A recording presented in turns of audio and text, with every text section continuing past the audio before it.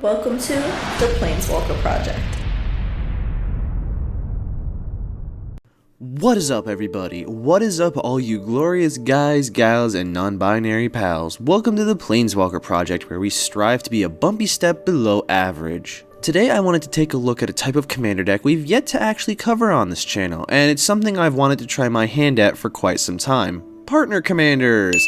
That's right, the painfully small group of legendary creatures with the partner keyword who will gladly share that command zone with a second legendary creature who also has partner. And the pair of commanders that we will be looking at today are Tana the Bloodsower and Ikra Shadiqi the Usurper. So together they give us access to Jund colors, or black, red, green for you folks who don't know the Shards of Alara. Let's start off this adventure by taking a look at what our two commanders can do. Tana the Bloodsower is a 2/2 elf druid with trample who creates a 1/1 green sapperling creature token with every point of combat damage she can dish out. Yes, you guessed it, we are going with sapperlings in this deck. Tana wants to connect with an opponent in order to generate us a ton of tokens, and so we will be wanting to buff her up and make her unblockable, or at the very least make her able to overrun an opponent and still get some damage through. There's a lot of really neat interactions I've found in the Sapperling family that I want to pull from with this deck, and while Tana herself isn't quite the most threatening commander, I feel that her low-key threat level is just what we need to get the heat off of us as we build up our Sapperling army. Our other commander is Ikra Shadiqi the Usurper, a 3/7 Naga wizard with Menace, who gives us the ability of whenever a creature we control deals combat damage to a player, we gain life equal to its toughness. So Ikra offers a life gain trigger upon combat damage, and this isn't lifelink, I can't stress that enough. But it does offer us a good amount of life gain, as we will be attacking our opponents with the produce department quite often, which in turn can gain us oodles of life gain.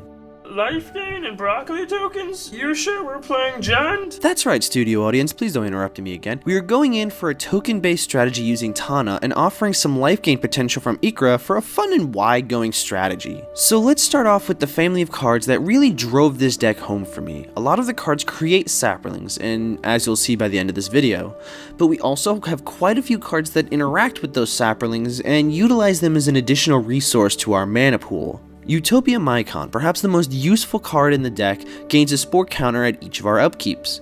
We can remove 3 counters at any time to generate a sapperling token. Take note that all sapperlings, whether they produce by this thing or that thing, they are all 1/1 green beans. But the real value of this fungus is its ability to sacrifice a sapperling in order to generate 1 mana of any color. This means outside of their utility as cannon fodder and frontline infantry, we can use them to make mana. I'd also like to point out that this deck has the capability to generate absurd amounts of mana. We're getting there though. Sit tight, everyone. Death Spore Thallid is another fungus who gains spore counters. We can also remove 3 spore counters to generate a sapperling just like the other one. But this is our removals fungus. By sacking a sapperling, we can give -1/-1 to a creature, and since this ability doesn't require tapping to Thallid, we can use it at instant speed as pinch removal at any time, or to just weaken an opposing defender. Psychotrope Thallid again gets the spore counters and poop out sapperlings, but this one offers us card draw when we sacrifice a sapperling. We also have to pay an additional mana, but the turnaround can be quite useful as we can turn excess veggies into card advantage. And our last utility Thallid is the Vitus Spore, who yada yada spores and saps, but this one can let us sacrifice a sapperling to give another creature haste until the end of turn. So if we're given excess tokens by, say, parallel lives, we can sacrifice the first half of our field to give the second half of our army haste. Not bad for a broccoli army. We also want to generate more sapperlings, as the Thallid family that we just looked at takes a little bit of time to really start generating tokens. Kuros the Guildmage offers us a sacrifice outlet to create sapperlings equal to the toughness of this creature we sacrifice. We can also give Intimidate, but that's really not relevant most of the time. MacLeod, a powerhouse for this deck, can gobble up a ton of creatures, which could include our veggies, and then at the beginning of each of our upkeeps, we generate more sapperlings for each +1/+1 counter on the MacLeod. This can easily give us 10 sapperlings each upkeep, bolstering our field. Ulash the Hate Seed is another great generator of tokens. When it hits the field, it gets a +1/+1 counter on it for each green creature, and another one for each red creature we control. Should we have a field full of green sapperlings, this thing's going to become huge. You can also remove a counter and pay 1 mana to generate a sapperling, or ping a creature, I don't know. Spore Mound is one of the trickiest but most impactful and powerful creatures in this deck. It has a landfall-esque trigger that'll give us a sapperling each time a land hits our battlefield. But when we pair this with another card in the deck, Life and Limb, we have something truly vicious. I want to take a moment to talk about this combo, as many of you are probably already like, have you lost your mind? This is an uncontrolled infinite combo and it results in a draw. Hear me out. So for those of you who haven't seen this combo before, Life and Limb takes all of your sapperlings and all of your forests and it makes them into sapperling forests. So this means that they are both creatures and forests, giving them the land type as an additional card type, and for the lands it gives them the creature types of sapperling. So this means that not only are all of your forests now susceptible to creature removal and board wipes, but all of your sapperlings are equally vulnerable to land destruction. This is very important to keep in mind. But what this also means that should you have both of these in play at the same time, whenever you create a sapperling or drop a forest, it will trigger the Spore Mound and it will give you another sapperling forest. This would normally result in an infinite loop that you cannot voluntarily end, as the Spore Mound trigger is mandatory. But we do run a lot of sacrifice outlets in this deck, so once your field is full as you'd like, you can simply respond to the trigger by sacrificing the Spore Mound, ending the chain. Please keep this in mind if you choose to run this deck, as this is a very crucial ruling to note, and maybe you might not even want to run this card just for that sake. We also have a few non-creature spells that generate tokens. Artifact Mutation gets rid of artifacts and will get sapperlings equal to the CMC of the destroyed card. You can also use this on your own artifacts should you be hurting for more sapperlings. Necrogenesis and Night Soil both do about the same thing. Necrogenesis lets you pay 2 and exile 1 creature to make a sap. Night Soil requires 1 mana but 2 creatures to make a sap. I run both because there may be instances where one may be usable but the other may not, if you have left creatures in the grave, or you may be able to pay one's mana cost more easily. Vernon Embrace is a card almost meant for Tana, as it gives a moderate-sized buff and it generates a sapperling at the beginning of each upkeep. This means your opponent's upkeeps as well.